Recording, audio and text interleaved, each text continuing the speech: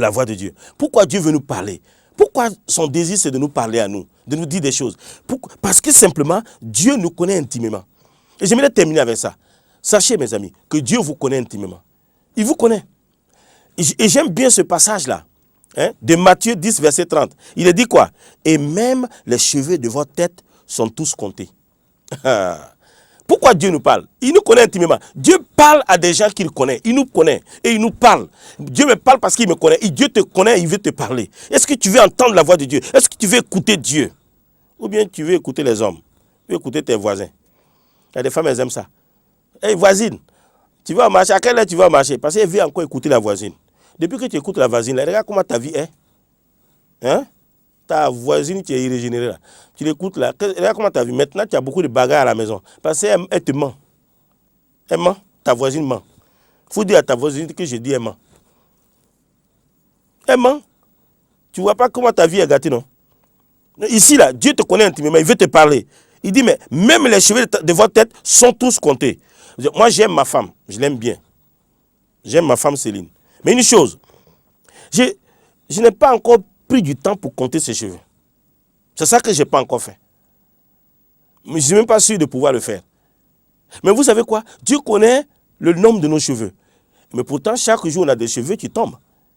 Donc, il fait la soustraction et il sait combien il reste. Et ceux qui n'ont pas beaucoup de cheveux, il sait combien ils ont sur la tête. Parce que pour compter, pour eux, là, c'est difficile. Mais il connaît. Maintenant, vous savez, il y a d'autres aussi qui ajoutent des cheveux. Dieu sait ce qui est faux et puis il connaît le bon que lui, il a mis là-bas.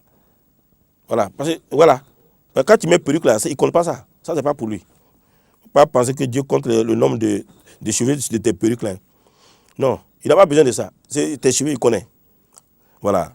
Donc, c'est vraiment important qu'on comprenne que Dieu nous connaît intimement et Dieu veut nous parler. Et quand il nous parle pas à la manière des hommes. Il nous parle à sa manière, à sa façon. Les hommes peuvent nous regarder pour dire qu'on ne vaut rien, on ne peut rien faire, on ne sert à rien. Mais quand Dieu nous regarde, il dit, je t'aime d'un amour éternel, je t'aime tel que tu es. Vous voyez? C'est ça que Dieu fait. Il nous aime tel que nous sommes. Vous voyez? Il nous aime. Et donc, il nous aime vraiment, énormément. Alors, il nous parle. Alors, il veut nous parler. Alors, il veut communiquer avec nous. Et donc, j'ai besoin d'entendre sa voix. C'est ici, là, quand nous lisons dans Jean 12, le verset 28 à 29, il dit, « Père, glorifie ton nom. » Et une voix vint du ciel. Je l'ai glorifié et je le glorifierai encore.